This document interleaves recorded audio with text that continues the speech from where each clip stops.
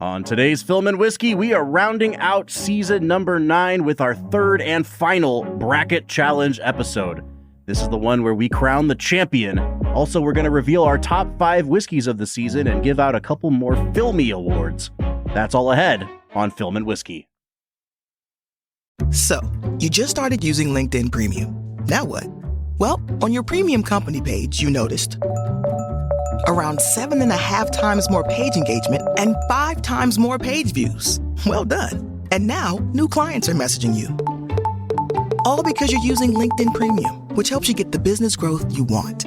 Think big, small business. Think big. Start your free trial at linkedin.com/premium small business. That's linkedin.com/premium small business. This message comes from Greenlight. Ready to start talking to your kids about financial literacy? Meet Greenlight, the debit card and money app that teaches kids and teens how to earn, save, spend wisely, and invest with your guardrails in place. With Greenlight, you can send money to kids quickly, set up chores, automate allowance, and keep an eye on your kids' spending with real-time notifications. Join millions of parents and kids building healthy financial habits together on Greenlight. Get started risk-free at greenlight.com/Spotify. Hey there, everybody. Welcome into the Film and Whiskey Podcast. I'm Bob Book. I'm Brad G. And we are coming at you, Brad, with guess what? First time ever, third bonus episode of the bracket. It has been a true marathon recording session for us today, Brad. 3 episodes in one calendar day. This has not happened since the early days of the Film and Whiskey Podcast, and we swore we'd never do it again. And yet here we are. But here we are. Yeah, if we recorded a 4th episode today, that would put us back into the season 1 territory, where we would get together on a Saturday and record 4 episodes in one day. It would be a legitimate 8-hour day. That was work. That was actual work, man. That was actual work. And it was a time when, between the two of us, we had one child. One child, whom I abandoned once a month to hang out with you. Sure did. Drink some whiskey. Yeah. Well, I mean, why not? If you're going to abandon your kid, you might as well drink whiskey too. I still look back on that and I'm like, how did I keep 4 movies in my head to talk about them intelligently? Because, you watch them over the week and a half, 2 weeks beforehand. Yeah. And then I would sit with you for 8 hours and talk about them. I don't know how I did that. Do you remember in the very early stages of season 1, we had like a formatted, like a form document that we filled in. It was like, what did you notice about this? Oh, what did you notice about yeah. I think that's what got us through those early few weeks. I totally forgot. I haven't taken a single note since we started recording online together. Well, geez, that's encouraging. That's what you want to hear. Yeah, that's folks. not true. I have taken 22 pages of notes on one movie. On The Last Jedi. That's Jedi. True. Well, hey, folks, welcome into Film and Whiskey. If you're new to the podcast, you have no idea what we're talking about. On this podcast, we review classic movies and new whiskeys each week. This season, we've been going through 32 films from the last 20 years. We've been asking the question, does this movie deserve to be considered a modern masterpiece? Now, at the end of every season, we put the 32 films into a Madness-style bracket, and we seed them according to how much we liked the movies. We are down to the final 8 films in our bracket. Brad, we left off last week. We've been running very long on these episodes, so we left off last week after the round of 16, and I dare say this might be our strongest group of 8 we've ever had. I would have to go back and look at some of the other seasons, but this is an incredible lineup, Bob. We have Whiplash versus 1917, Parasite versus The Holdovers, Oppenheimer versus Mad Max Fury Road, Past Lives versus Everything, Everywhere, All at Once. I don't think I didn't notice that we found a way to pit the only 2 Asian women in our bracket up against each other here. Hey, that was not me, man. Yeah, I'm going to blame you. Blame the seating. Whoever does the seating. Yeah, whoever does the seating. We should make up like an imaginary producer for our podcast so that we can just deflect all things to him. All right, man, let's dive into the bracket here, Brad. I don't think we should waste any time here. Let's go ahead and do the left side of the bracket, and then we'll play it by ear as to what we want to do after that. But we've got 2 pretty huge matchups here. The first of which is our number 1 overall seed, Whiplash, going up against 1917. Now, I think on paper, one would think that this is where the road for 1917 ends, because the consensus number one, Whiplash, was at, I think it was my second highest rated film or third, and it was about the same for you, Brad. I just don't know that it's going to be really hard to beat Whiplash, not necessarily because it's our favorite film, but just because it's so undeniable as a pretty perfectly made movie. There's nothing about Whiplash that doesn't work, other than the car accident for Bob. Apparently that's just not his thing. Car accidents in movies. The thing with 1917 is that it is an impressively beautiful film that hits on a lot of different levels, but it left me wanting more. It left me feeling like it may have been better served as a film with a traditional structure versus the one-shot nature. So it's not going to be the film to beat with Whiplash. Do you think that if 1917 was 3 hours long, it would be better or worse? It'd be more impressive and worse. That's what I'm thinking. Like, does the gimmick wear off the longer the movie goes, or do you come back around on the gimmick? Like, wow, they sustained this for 3 hours, you know? Yeah, I mean, at a certain point, it's impressive to keep it up for that long. I'm curious how long Birdman is. Birdman is about 2 hours as well. It is on the dot 2 hours. Yeah. So, yeah, I mean, 2 hours seems like the limit without any, artificial stimulation. Sure. So, yeah, I think 2 hours is about the right amount of time for a one-cut movie. Yeah, at 3 hours, they tell you have to go to the ER to get it checked out. So you have to get good. All right, man. I think I'm also. Where are we going, Bob? Apparently, we're going to the ER. We're going to move Whiplash on to the round of 4 here, Brad. There's really no drama. There's no suspense needed for this one. All the suspense is packed into the 100 minutes or so of Whiplash. And I think that means we can move down into the bottom left quadrant here, the Blanchett bracket. For Parasite, the number 4 overall seed, up against Holdovers, the number 5. So this was all the favorites making it to the group of 8 here. This is a heart pick for me, Brad. I think you knew from the beginning I was probably going to go Holdovers here. Parasite, I will grant the world, is the more highly regarded film, but this is not like me picking How to Train Your Dragon in round 2. Like, I actually think I have a legitimate argument here. People really love the Holdovers. The Holdovers is a great film. It is no Parasite. There are no sewer drainage floods in the Holdovers where she is sitting on a toilet smoking a cigarette. I mean, if you don't have that in your movie, what are you doing? Yeah, but you also don't have Paul Giamatti calling somebody penis cancer in human form. That's a great line. It's such a great line, man. And dude, when he drives off swigging that bottle. What a great end. That should have been in our final shots thing where he just drives off at the end. That was a good one. Oh, that is a good final shot. All right, man. I'm assuming you went Parasite here. Yeah, absolutely.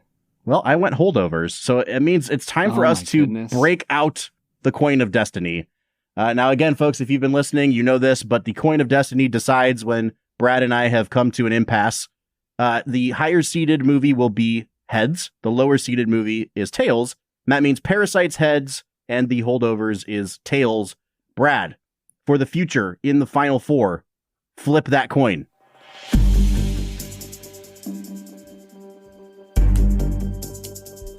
Bob, at the end of the day, how are you going to beat foreign cinema? It's just where the true films are made. There's nothing in America quite like what we can see overseas. Now listen, this creates an absolute juggernaut of a group of 4 matchup here between Whiplash and Parasite. It is it's an easy choice for me when we get there, but I think you put this choice in front of the average moviegoer. This might be one of the hardest choices we've ever presented on this podcast. Easily. Like, these are both beloved films that have their fan bases. I would be very curious to see if you just, did a poll of like IMDb users, Letterboxd users, where this would shake out. All right, Brad, we've got our first 2 entries into the group of 4 here. I think it's time for us to give out some of our famous Filmy awards. Now, typically, the way that we've done the Filmies is we give some of them out based on the scores we gave the films, and some of them just based on vibes and what Brad wants to do. I think in the spirit of goodwill, since we have eliminated goodwill in the form of the holdovers, I want to try to keep hope alive. Brad, let's do the Brad G. Filmies here first. And as I remember, the first Brad G. Filmy that we always do is Biggest Letdown. This is a movie that was either too hyped for you and just didn't meet expectations, or a movie that you didn't expect much from and still managed to be worse than that. When you look over this list of 32 films, what's the biggest letdown for you? I will say the Joker scene where he's like dancing down the staircase was like super hyped. And that was a very big letdown. But overall, like, the movie closely matched what I expected. So I won't say that the whole film was a letdown. It was just a crappy movie. Mm-hmm. Ford v Ferrari would be up there. I was pretty pumped for that and found myself just going like, wow, that was a nice movie. I think, though, as I look through these 32 films, I'm going to have to go with Zodiac. Oh, interesting. You had really pumped that movie up over the years, like multiple mentions over multiple seasons about how tense it is, and oh, if you like this, then you're gonna like Zodiac. I didn't love Zodiac. It was just okay. Boo, hiss. Yeah, most biggest letdown, Zodiac. Jake Gyllenhaal. Who we had multiple times this season, but apparently it's a greater success in other films. Yes, I like Jake Gyllenhaal. Don't love this specific movie. All right, well, that takes us to a bit of lighter fare here, and that is most unexpected. Now, we leave this a little bit open-ended. It doesn't necessarily mean, like, biggest surprise or whatever, like, in terms of it was better than I expected. It could be as simple as, like, I thought that this was a movie in one genre, and then it turned out to be a completely different genre. It was unexpected. So, Brad, however you want to interpret it, what is your most unexpected this season? Oh, man. I mean, I could go with Everything Everywhere All at Once, because I saw it twice. The second time I was a little lower on it, and then this third time it just worked for me. There's a lot of options here. I think I have to go with Mad Max Fury Road.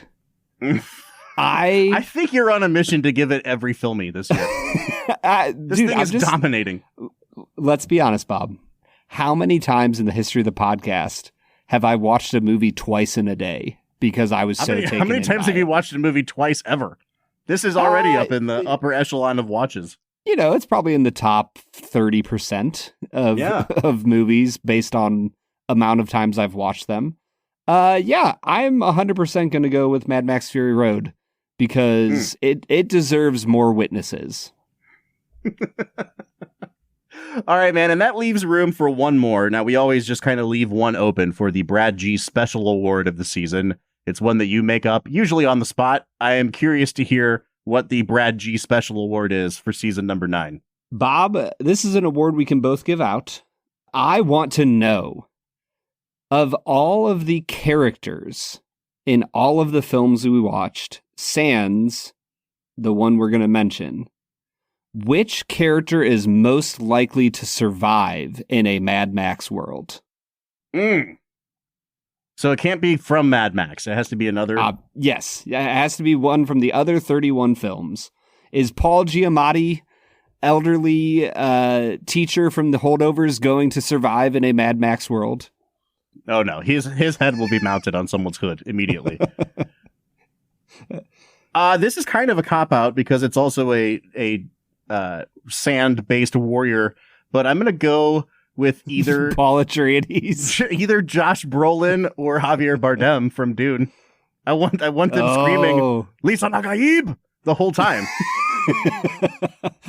If Paul Atreides goes to the south and crosses the giant sandstorm, and the south side of the planet is just Mad Max, That is like my dream crossover. Half the world is Dune, half the world is Mad Max. Actually, could I just pick just the sandworm from Dune? Does that count as a character? I think he would survive pretty well.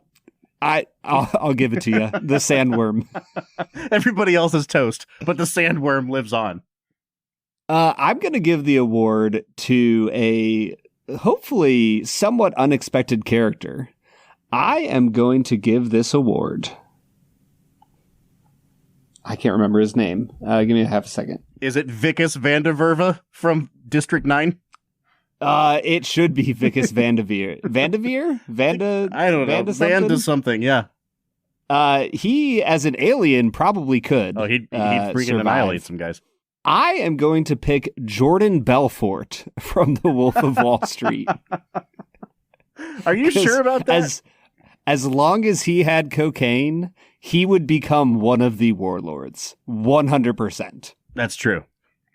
Donnie would not survive, though. All right, so I went with just the sandworm. Brad has given it to Donnie as Scrotus, right? Is that what we're going with? Sure. Or Donnie and Jordan. It's a paired award. Yeah, they come together. All right. So there is the Brad G Award for most likely to survive a Mad Max post-apocalyptic wasteland. Brad, let's get back into the bracket here. Why don't you take us to our next matchup? Oh, speaking of Mad Max, Bob, we are now facing off the pre-apocalyptic nightmare of Oppenheimer with his imagined reality in Mad Max Fury Road. Oof. Who would have thought? What a great matchup. Man, this is really hard. I mean, I think that for me, I don't like Mad Max as much as you do. However, if we're just talking about like the purest distillation of cinema, I don't know if like Mad Max is going to be studied in film schools forever. I don't know if Oppenheimer is. Like, I don't even know if I would call Oppenheimer the best Christopher Nolan movie. Oh, so this wow. is a really interesting pairing, Brad. Shots fired. What would you say is his best film? I think if I'm like just thinking about what's the most perfectly put together Christopher Nolan movie, I think for me it's Inception. One that people don't really like anymore. Yeah. But I freaking love Inception. How do people... the internet's so dumb. If you can't find something to hate, you can't be on the internet. Those are just the rules. Is that why I'm not on like social media at all? No, you just direct that hate towards me and my opinions. So you don't really need to be on social media because I'm your outlet for that. That is helpful. That's a piece of self-awareness. I appreciate that. Brad, break down the matchup from your side of things. Like, who's landing the winning blow here and why? Man, I think Oppenheimer has a lot going for it. It has easily the most influential like sex scene in a movie that it actually made sense, and he used it in a way to advance the characters, which is like I've never seen that before in a movie. So I will give Nolan props for that. It has Cillian Murphy just freaking nailing it. Matt Damon is incredible. Like there's so many great performances in the movie. The intrigue, the nuance, there's so much to love. The sound design, geez Louise, man. What an incredible movie. I think Mad Max hits it for me, on its timing. Like it's paced perfectly. There's just enough breaths of fresh air to let you dive into the action. The emotions of the group slowly bonding and becoming friends. And, you know, you have the Nicholas Holt's character, like slowly integrating himself into the group and like falling out of belief in his religion. There's so much about Mad Max that, dude, I might go watch it tonight. I freaking love this movie. Mad Max is the winner for me. Wow. Okay. So even though you gave a 10 out of 10 to Oppenheimer, Mad Max has captured your heart. I think we may have discovered your new favorite movie, if I'm being honest here, Brad. Dude, it's up there. I mean, I gave Mad Max 9.5. Why did I do that?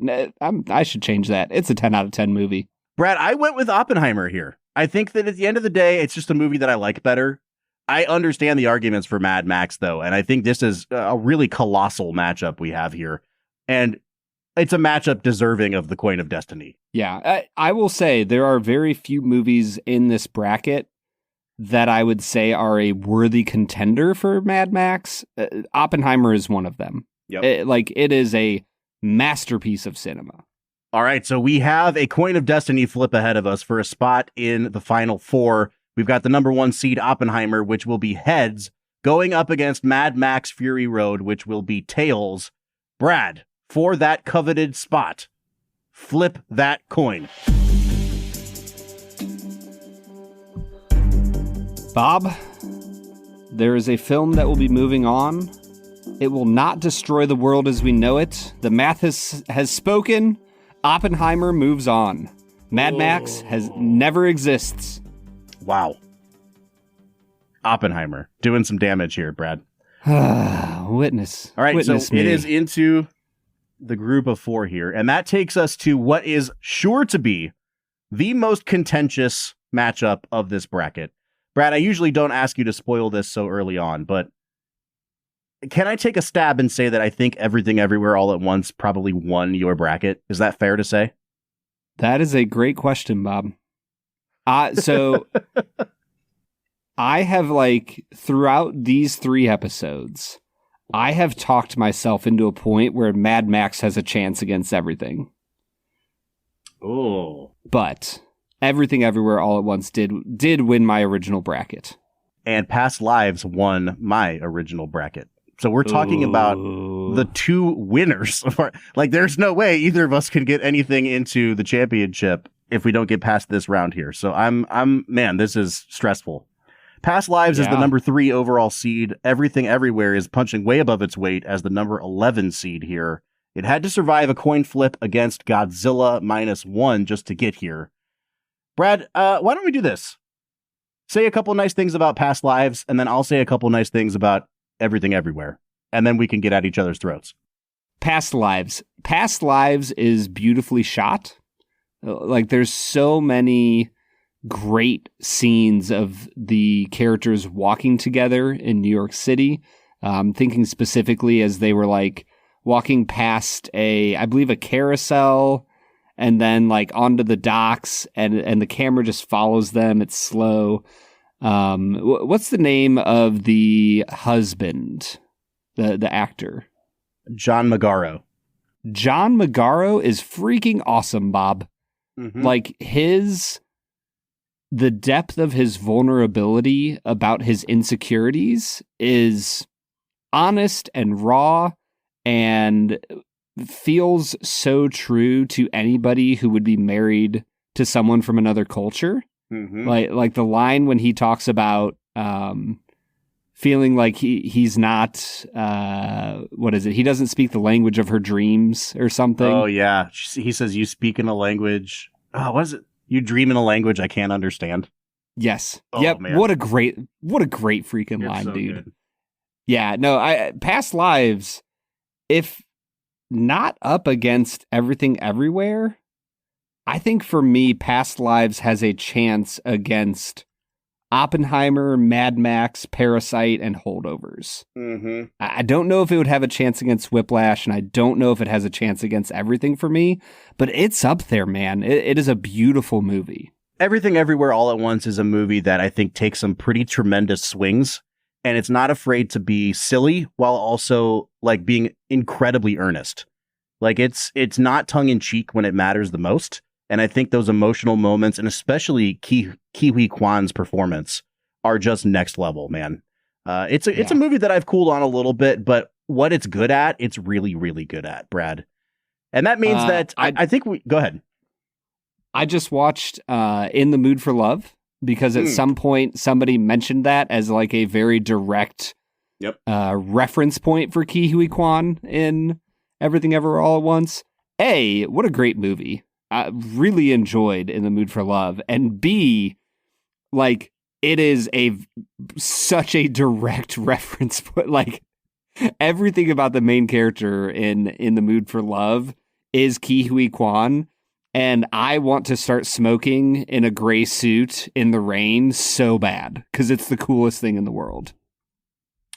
I think that it's a direct reference on both of these movies, honestly. Like that, you probably couldn't have brought up a better movie for like the themes and the pacing of Past Lives, and also for like direct visual representation in Everything Everywhere, Brad. Dude, I didn't even think about that. You are right. There is a huge amount of In the Mood for Love that you see in Past Lives. Holy cow. I'm incredible, Bob. You really are. Tell me how good I am. I just did. Let's move past that. And let's flip this coin of destiny, Brad.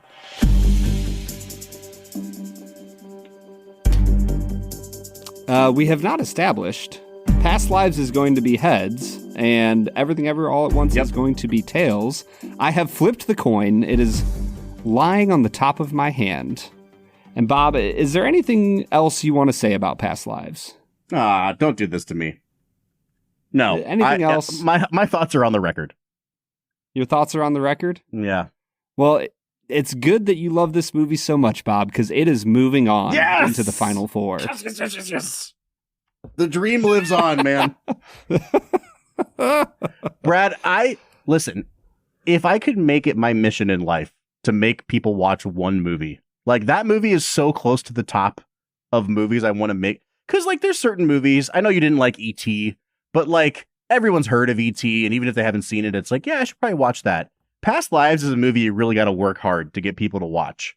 But once you watch it, it's like, that is a life-changingly good movie. It's so freaking good, man. Yeah. And if you are of an age, like Bob and I, early to mid-30s, you remember when Skype became a thing? Mm-hmm. And dude, that scene, the like short little bit when they're in like the early to mid 2000s and they're using Skype, I like had flashbacks of using Skype for the first time. Brad, that sets up a matchup in the group of four between Oppenheimer and Past Lives, two of my top three movies from 2023, another juggernaut year. And that takes us to our final filmies of the day. These are the ones that are based on the scores that we gave the films at the end of each episode. So what we're first looking at, Brad, is our most overrated and our most underrated films of the year. And we do that by taking our average score from an episode and comparing it to that film score on IMDb. So we get a sense of where the general public stands on this compared to us. Now, I think we should start with the most overrated film, a movie that IMDb users liked a lot that we really didn't. And Brad, I want you to go ahead and take a guess as to what that movie might be. Oh, man. I have to imagine We Were Cool on Ford v Ferrari. We Were Cool on The Big Short. The Big Short feels like it would be an IMDb darling. Look. Oh, no, sorry. I'm like looking through the list, giving options. There's only one option. It's Joker. It is Joker. A movie that we are. I'm sorry. No, go ahead. To have put you through like 12 seconds of not having the answer because it's very clear that Joker sucks. Listen, I don't think it sucks. You gave it a 6. I gave it a 7. I think it's a good movie that people have read the wrong meaning onto and have overhyped a bit. It has an 8.3 on IMDb. We gave it a 6.5 on average. So we are like 18 percentage points away from where it is on IMDb. That's pretty drastic, man. Oh, yeah. Joker, the messaging of the movie feels so gross, and like Todd Phillips isn't taking responsibility for it. And I don't like that movie, Bob. Even if it is a competently made film.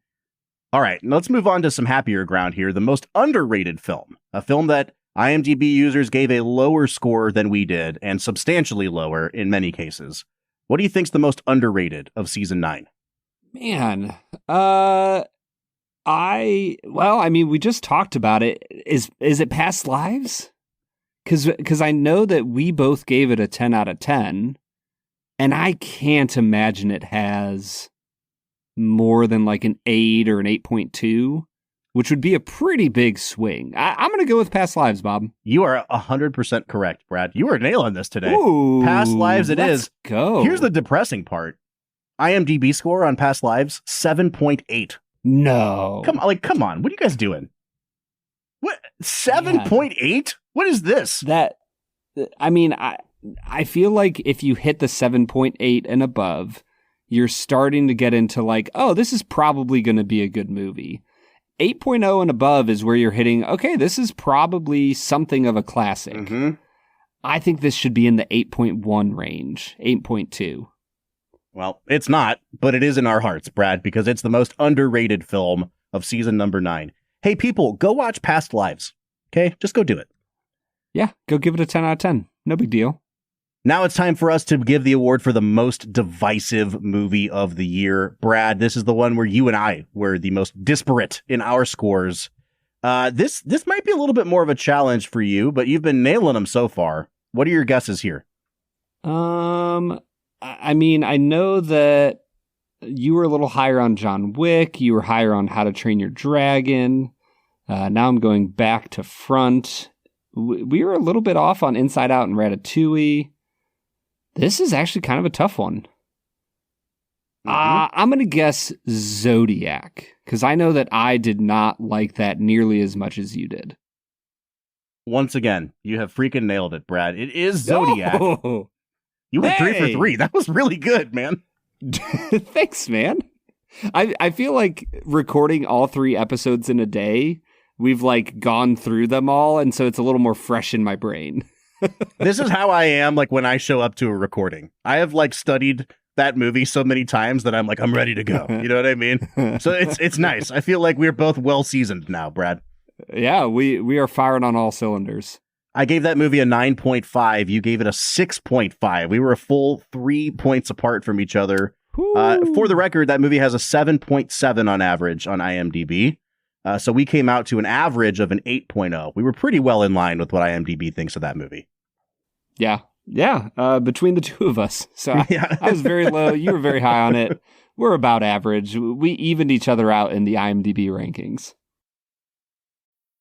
Fellas, you know Degree Cool Rush deodorant, right? Well, last year they changed the formula, and guys were mad about it. One dude even started a petition. So guess what? Degree heard us, admitted they messed up, and brought the original Cool Rush scent back exactly how it was. And it's in Walmart, Target, and other stores now for under $4. So grab some and remember why its cool, crisp, and fresh scent made it the #1 men's antiperspirant for the last decade. Degree Cool Rush is back, and it smells like victory for all of us. This episode is brought to you by Progressive Insurance. Do you ever find yourself playing the budgeting game? Well, with the Name Your Price tool from Progressive, you can find options that fit your budget and potentially lower your bills. Try it at Progressive.com. Progressive Casualty Insurance Company and Affiliates. Price and coverage match limited by state law. Not available in all states. Brad, before we get into the round of 4 matchup, I think it's time for us to go ahead and taste our whiskey for the day. We've got one more of our Old Hamer lines to go, and this is a special one. Brad, can you intro this for us? Yeah, Bob, today we are drinking Hugh Hamer of the Old Hamer line. It is a Hugh Hamer straight bourbon whiskey finished in rum barrels. I'm sorry to interrupt you, dude. Hold on. I had the best idea looking at the label for this. So this is not, as Brad said, not Old Hamer. It's called Hugh Hamer. And I really want to mispronounce this as Huge Hammer and then just pair it with Thor. And then that should be just continually, like with no explanation, just keep calling it Huge Hammer whiskey. Huge Hammer whiskey. Tell me that's not my best idea of all time. Dude, it is, yes. Whatever, I don't know if there's like a native spirit to the Icelandic Nordic countries, but if you ever finished a whiskey in that, you could call it Huge Hammer Mjolnir finish. You're set, dude. We've just cracked the code, man. We need to open a distillery. All right, I'm sorry. Please keep giving the information on Huge Hammer here. Huge Hammer is a 99% corn, 1% malted barley, aged for a minimum of 4 to 6 years. It comes in at 103 proof. I am super pumped for this, Bob. So like we said, this is finished in rum barrels. I will say that on the label, Brad, they don't go into a ton of detail on what kind of rum barrels it's finished in, which leads me to believe it's probably like a combination of different kinds of rum barrels. For our purposes, we have enough information to drink the thing. Why don't you go ahead and give us your nosing notes here? Yeah, Bob, this is a really pleasant nose. There is caramel, there's maple frosting. It's got a nice vanilla zest to it. There is a decent amount of like a corn pops vibe, like a really sugary corn cereal that I like a lot. I'm going to give this an 8 out of 10 on the nose. You really are in a cereal kind of mood today, man. You need to have like a late night bowl of cereal after we finish recording here. Dude, we literally just have Cheerios in the house. We're not a big cereal family. You know what? We weren't either for a long time, and our children have finally hit the age where they're like, listen, you guys gotta meet us in the middle here. Give us at least some like life cereal or something, they, you know? Did they like sit you down on a Sunday night? They're like, hey, we need to have a family meeting. Yeah, they wear the suits from the Boss Baby when they talk to us. So it's kind of crazy. I could see your oldest being a Boss Baby wearing a suit kind of kid. 100%, man. No, so I'm getting a lot of like dark fruits on this, but not so much like plum as it is like a fig or a date. It's got that really, really sweet kind of syrupy note to it from the rum barrels. I like this a lot. If I'm being honest, I don't know if I like the nose on this quite as much as the last one we had, the Old Hamer, but rum finish is, it's kind of tricky to work with. It's not quite as tricky as a tequila finished bourbon, which I've never really had a great one of those. But I feel like you can kind of tip into some weird spots with rum if you're not careful. And this one seems to be kind of, I don't want to say dipping its toe in the water, but it's not going overboard. And I appreciate that. I'm going to give it a 7.5 on the nose, Brad. I think for the palate, it sticks in a lot of traditional bourbon flavors. There's caramel, there's vanilla, it's a little bit oaky. For me, the corn pops sticks around. It's got that sugary corn vibe going on. There is a little bit more fruitiness here. Not as much as I'd like, Bob. I wish this had more rum influence going on.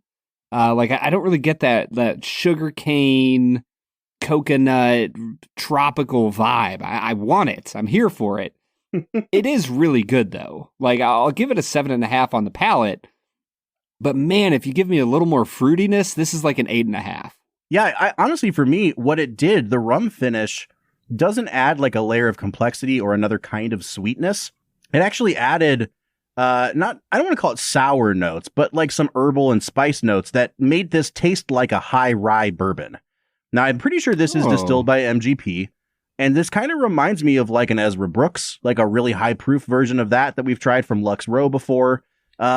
It's interesting. I think it's really good, but it just lacks that like really deep sweetness that I thought we were going to get here. So once again, I'm going to give it a 7.5 on the palate.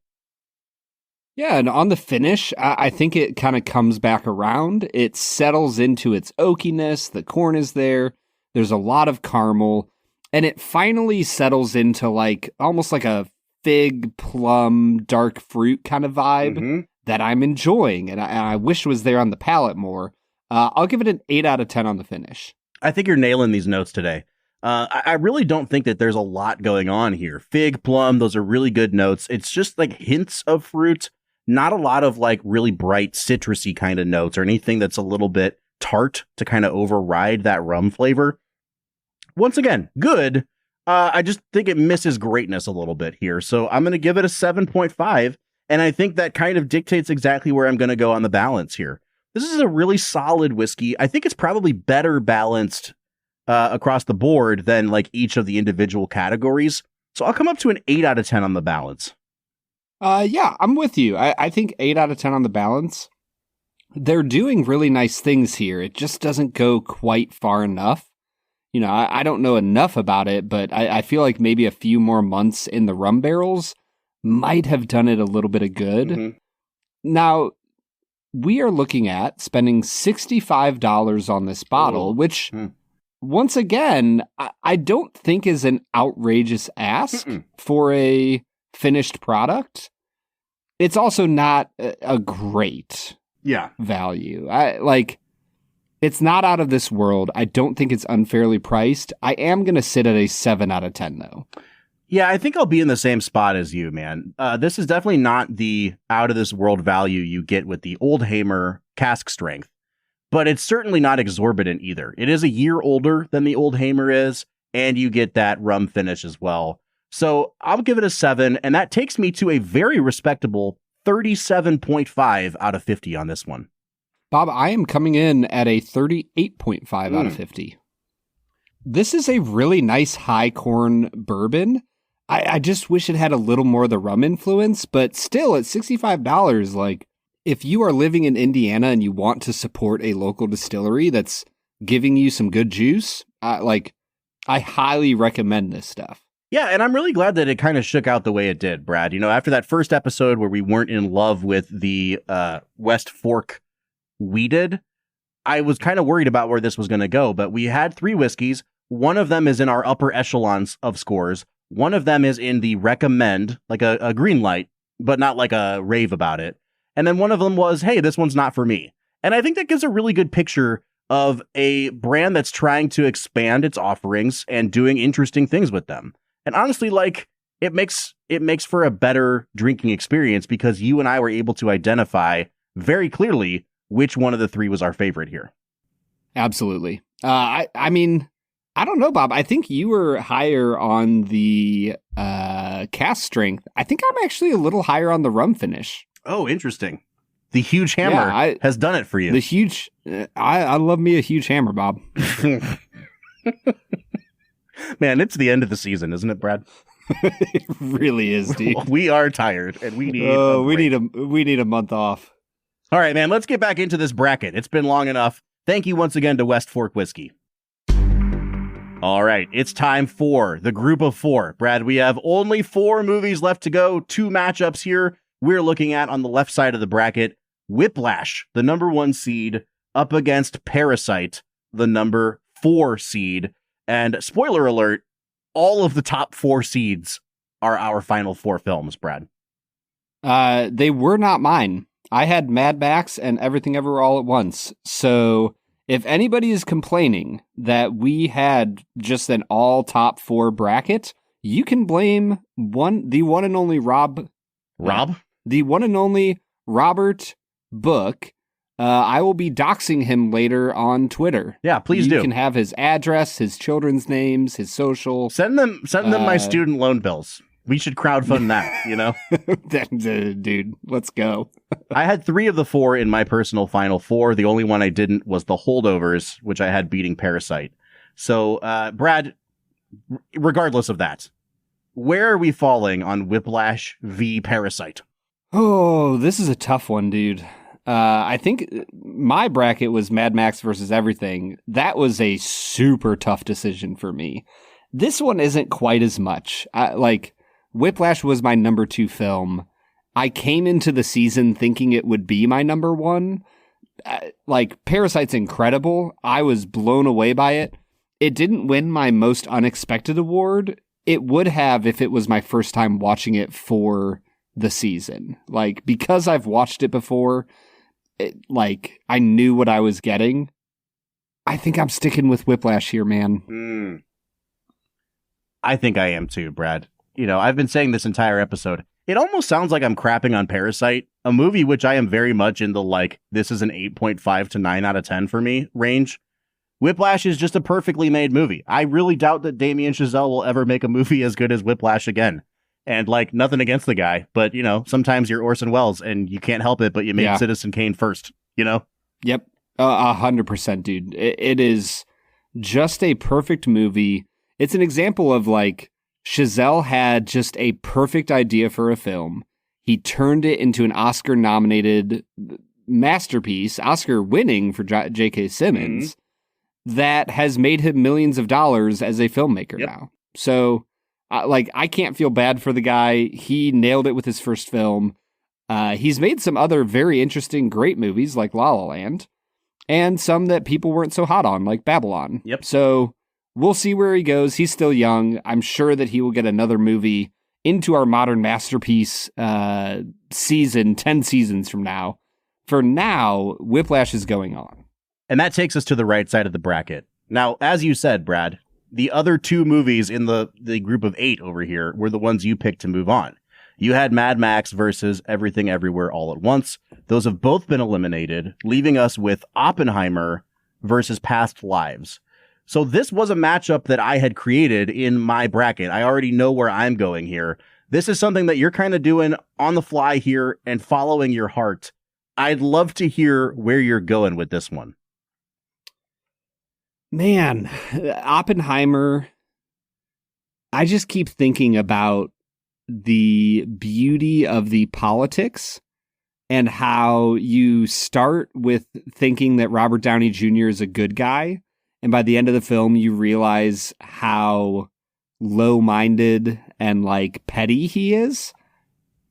And it's just such an incredible transformation for Robert Downey Jr. Like he just nails that descent throughout the movie. And the way that they juxtapose that by focusing Robert Downey Jr.'s attention on the conversation between Einstein and Oppenheimer and how he thinks that, Oppie was turning him against whatever Downey Jr.'s character's name was. Straws. Yes, Strauss. He keeps correcting them, too. Every time they suggest that it's like exactly. German pronunciation, he's like, no, Straws. Yeah. It's such a great little piece to show how like petty he is that you don't pick up until like the second or third time watching it.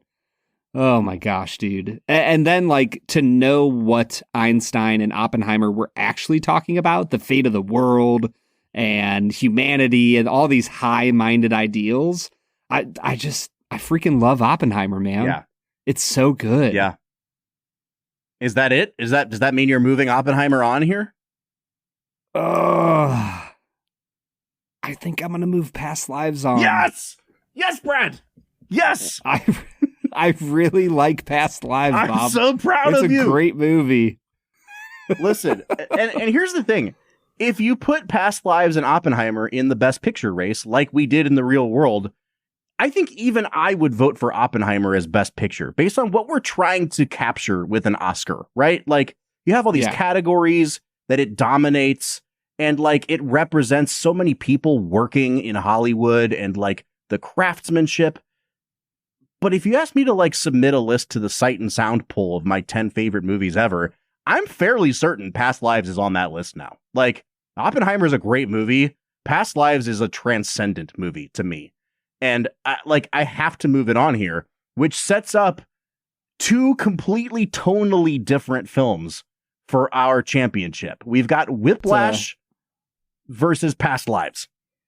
I was going to say it's a little bit of a whiplash from one to the other. Yeah, one might call it a bit of whiplash, Brad.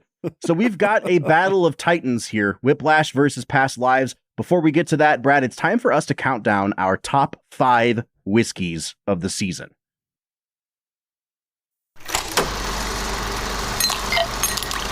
All right, Brad, let's quickly go through our top 5 whiskeys of the season. This is something that we do every season in the last episode because, we're spending a ton of time on movies here. We might as well talk about the other half of our podcast. Looking over our list here, Brad, it's like a Venn diagram with huge overlap. Like there's really, it's just a circle. We almost have the exact same top 5 here. Yeah, it would have to be more of a, there's just a tiny little 3 parts that aren't overlapped and everything else is the same. Mm-hmm. We were singing in concert this season, Bob, at the very least on the whiskeys. Now, as is the case most seasons, Brad, you were a little bit higher in your average scores per whiskey than I was this season. Let's see. You came out to a 40. I enjoy life, Bob. You do. You came out to a 40.68 on average. Like the average whiskey we drank had hit that 40 mark for you. That's nuts. I was thinking about whiskeys this year. I felt like we drank a lot of good whiskey this year. Yeah. I mean, I came out to a 38.5, so I wasn't that much lower than you. But I think the key thing here, Brad, is that probably 90% of the whiskeys we drank this season were provided by our friend Zach Johnston as old review samples that he had. And, the guy just got sent some incredible whiskeys. So, like, the dollar value, the rarity of all these whiskeys is significantly higher than in seasons past. But I think what really helped supplement that was even when we snuck in like a newly released whiskey, for the most part, they were all bangers too. We just we had really good luck this year with our whiskey. Yeah. And I am very happy about that because I like drinking good whiskey. I actually just the other night was sitting down to play some board games with friends and pulled out some whiskeys. Bob, I don't know the last time I just drank a straight up like big brand release, like their main thing. I had just regular old Woodford Reserve last night, and it was delicious. Good stuff, man. Yeah, I was very. I mean, obviously, we love Double Oaked, we love all of their stuff.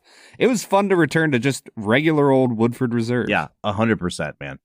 All right, Brad, let's start this countdown. And as I look at our individual top fives, we actually have 4 of them in common, which means all 4 of them made it onto our combined top 5 lists. So I think let's just start the countdown with like the number 4 whiskey on our combined top 5, because it's one that we both share. And that is one that we just had a few weeks ago, Hardin's Creek Jacob's Well. Now, we paired this with Godzilla -1. I did some stupid little it rises from the deep. That was the thematic connection here. We tried 2 different Hardin's Creeks this season, and the first one, way back at the beginning of the season, was the Colonel James B. Beam. That was the 2-year release, and that was one of our lowest ranked whiskeys of the season. So I'm really happy that the Jacob's Well was so highly received by us, because for me at least, it really redeemed the whole brand of Hardin's Creek. I mean, you gave it a very low score of 32. I gave it a 39, Bob. So I enjoyed the Colonel James B. Beam for what it is, a lower proofed, lower priced specialty expression.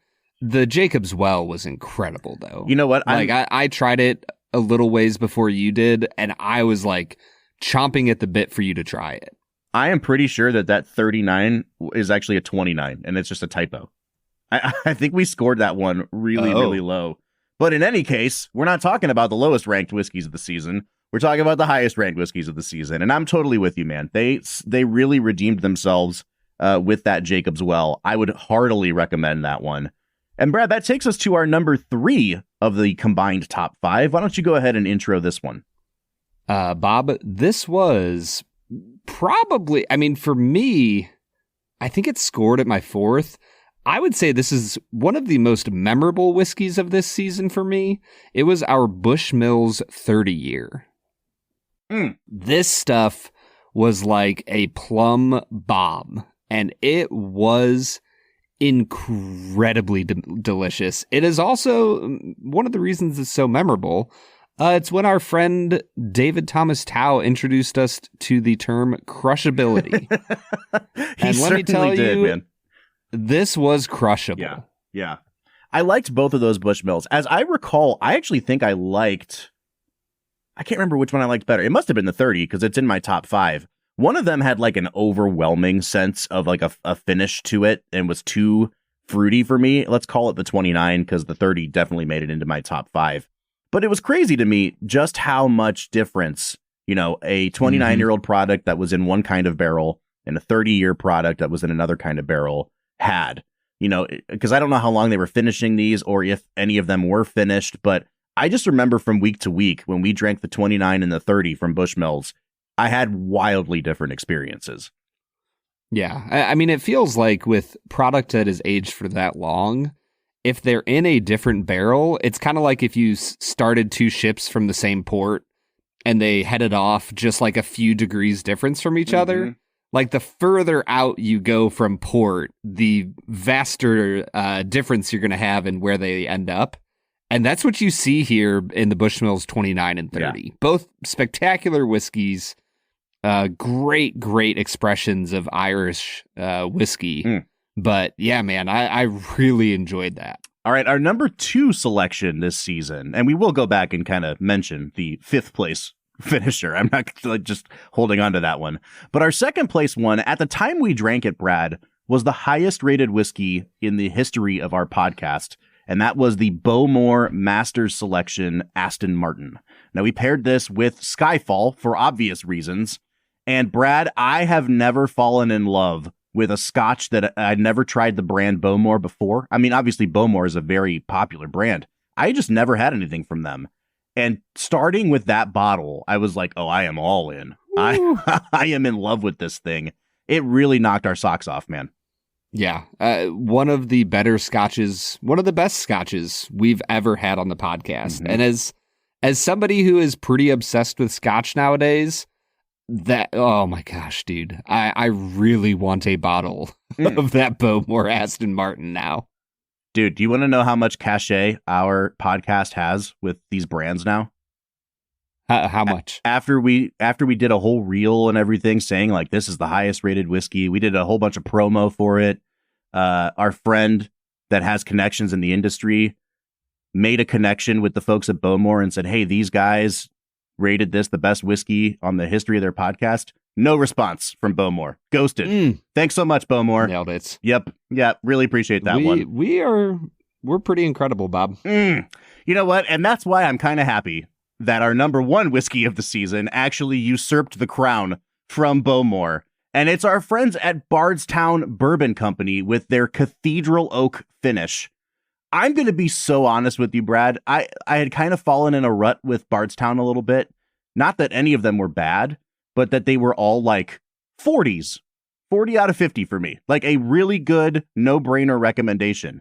And it was like I was getting lulled into ignoring how good their whiskey had become. And then we tried this Cathedral French Oak. And it's one of the best bourbons I have ever had, Brad. It is absolutely stunning. Now, I will say, we were under the impression that it was $100 for a bottle of the 750. And I have to correct us here. It is $100. It was $100 for a 375. Yes. Which I still think is a decent value. If you're thinking of it as a $200 bottle, Bob, I still think that that's a decent value. My score might have been a little lower, if I'm being honest. Yep. It's still one of the best whiskeys we've had in a while, and definitely the best whiskey we've had out of Bardstown in a while. Yeah, and you gotta forgive me for that oversight, but like I didn't actually see the sizing listed with the price, and I'm not accusing Bardstown of trying to hide that fact, but it certainly wasn't front and center, and so yeah, we definitely scored it as if it would be a 750. Now I think maybe my score goes down to like a 7 out of 10 or an 8 out of 10 on value. Because I remember saying, even if this was the $160 that they typically price things at, I'd still be at like a 9 out of 10 on this. So, perhaps the score gets lowered by a couple points and Bowmore takes the crown back again. But I think it's worth noting that this Bardstown Cathedral is so good at a 375 size that we're still arguing whether it would be the number one whiskey of the season for us.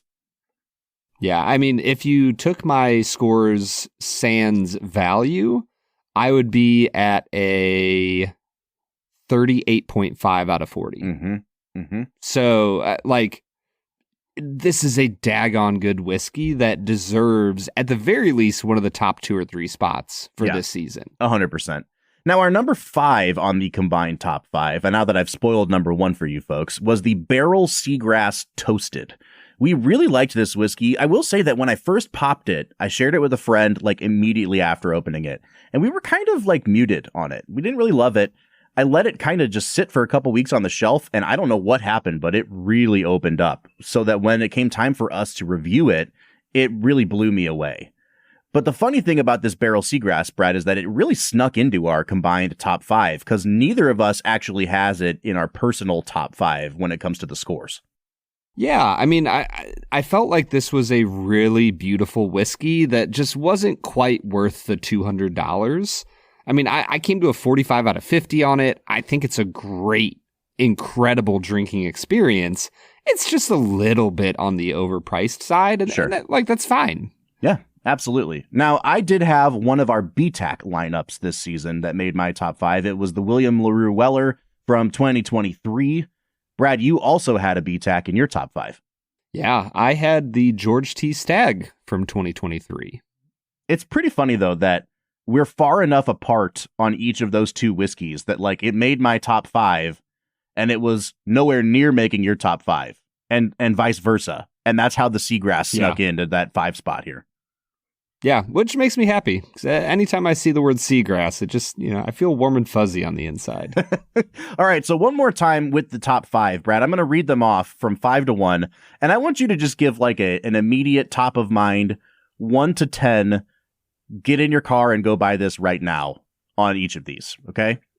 Number 5, Barrel Seagrass Toasted. 6. Hardin's Creek Jacob's Well. 8.5. There you go. Bushmills 30 Year. 9.5. Bowmore Aston Martin. 10. And Bardstown Cathedral. 10. Yeah. Now, I think those two are Yeah. the clear champions of this season. Yeah, absolutely. For me, I don't know. I do think that the Bowmore, partially just for its rarity, Mm-hmm. I think that's my winner for the season. Well, here's how we're shaking out on this. Bardstown, thank you for answering our calls and continuing to send us samples. Bowmore, call us back. That's what I'm saying here, Let Brad. us know how we can support you guys. Yeah, we'd love to continue to try your product and to give it publicity. So, Brad, that's our top 5 for the season. What do you say we get into this championship matchup? Let's get to it. All right, man. What do you say we get back into this championship matchup? Brad, I feel like I've been talking so much. Why don't you do your best? What's the guy's name? Let's get rid of. I want you to cue up our. I am not going to say that, and you need to bleep that out because he is highly litigious about that phrase. Oh, well, there you go. Have you not heard about this? No. Oh, dude, he trademarked that phrase. And he has like a small team of lawyers scouring the internet looking to litigate as often as possible. Wow. Because he has a rightful claim to it. And he has made millions off of people using it. And I'm talking like a church youth group holds like a local fundraiser. Yeah. And it's like, I don't know, the sumo, like American Gladiator, you got those big poles and they have somebody say that phrase. Lawyers like 2 weeks later. Wow. All right, it's bleeped. It's done. Let's go. Just intro the matchup for us, Brad. I just want to hear, let's get to beep. We are ready to bleep, Bob, because this is a matchup of Titans. This is one of the better final, 2 championships that we've had. This is Whiplash, baby. Like, the king of the 90-minute movie versus Past Lives, a quiet, introspective, get you thinking about who you are as a human being kind of movie. Whiplash, the king of the 90-minute movie, is in fact an hour and 47 minutes long. So, it feels like 90 minutes, though. It feels like 90 minutes. So what is that, 107 minutes? It's all right, Bob. It's close enough. Past Lives, an hour and 46 minutes. So, I'm just saying. Brad, this is... Now, go ahead. What's the most bang for your buck, Bob? The most bang for your buck is Whiplash. 100%, dude. But sometimes you don't need bang for your buck. Sometimes you need to invest your dollar. You need to invest your tuppence wisely in the bank. Safe and sound. And that is what Past Lives does. It pays dividends, man. You plant that seed, and that thing just keeps coming back time and time again.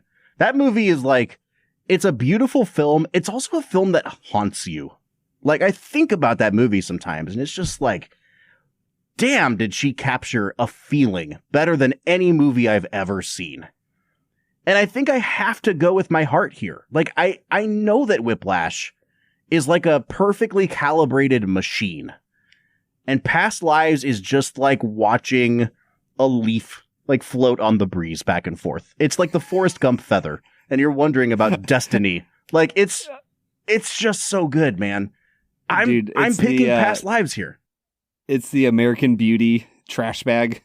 It is floating. It's the shopping bag against a brick wall, Brad, and it is beautiful. I'm picking Past Lives, and that is, I think, fittingly setting up a battle of titans for the champion. I am really hopeful. But I didn't expect Past Lives to get this far, so it would make sense that I suffer a crushing defeat right now, Brad. At the height, right at the peak of the mountain. Will my Sherpa push me off of the peak here? Is the question. All I can see is the Cola Mountain in Wreck-It Ralph.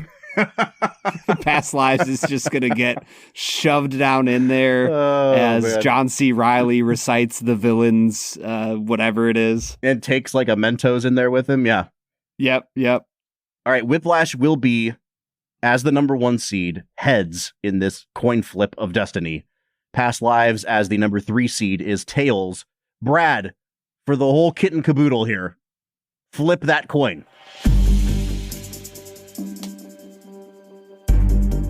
Bob, my friend, it is my duty to inform you that Past Lives is going to live in your fiery inferno for the rest of time. Because Whiplash is the victor of season 9.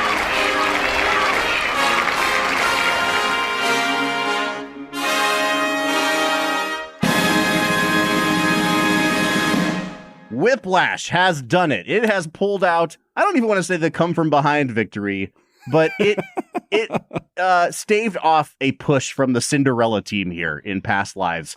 I've never hated the movie Whiplash more than I do right now, but if I'm being honest, Brad, it's a worthy champion of season number 9. Yeah. I did not have it as my champion. You forced out my number 1 choice. Probably my number 2 choice as well. I think Mad Max versus Whiplash, we might have been stuck here for an hour, like with me just debating myself. Mm-hmm. So maybe it's good that we saved ourselves from that, because those two feel very on par for me. Yeah, I'm very happy with this. I truly felt like Whiplash was going to be my number 1 going into this. It is the number 1 at the end of the season. I feel vindicated. Jordan, good friend of show, Jordan McCain, for all those years that I gave you crap about Whiplash before I saw it, I'm sorry. I should not have made fun of it and called J.K. Simmons J.K. Rowling so many times. No, it's a great movie, man. And it is no Past Lives in my book, but it is a freaking great movie. And I think I can safely say, looking especially at our final 4 here, Brad, Whiplash, Parasite, Oppenheimer, Past Lives, they unequivocally answer our question of, is this a modern masterpiece, with a yes. There are some others in this list of 32, but I feel very confident in those 4 movies getting an all the way green light on that question. Absolutely. I mean, I would even say our Elite 8, other than maybe 1917. Yeah. I would say all of them are modern classics.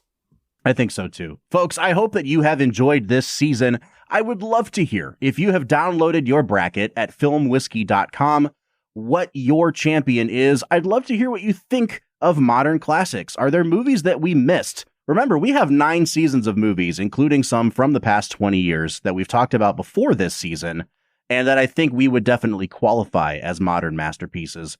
But I'd love to hear what you think. You can find us on any of our social media platforms to tell us all about it. Facebook, Twitter, Instagram, TikTok, or YouTube at Film Whiskey. Or if you want to join the conversation, you can find a link to our Discord at the end of every single one of our show notes. We will gladly debate with you what is the best film of season 9.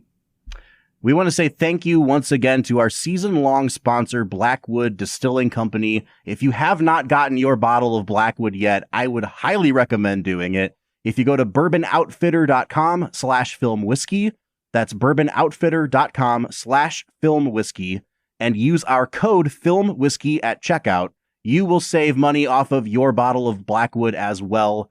Those guys are freaking great. Please go support them. Please pick up a bottle of Blackwood. It makes for a fantastic gift.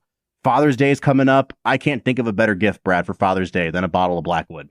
Absolutely, dude. It is a great purchase that easily will sit on your shelf for a long time because you're not going to want to finish it. Like it's going to be that bottle that I want to drink it every day, but I don't want to drink it every day because I want to share it with the right people. It'll be like paralysis for you because it's so good.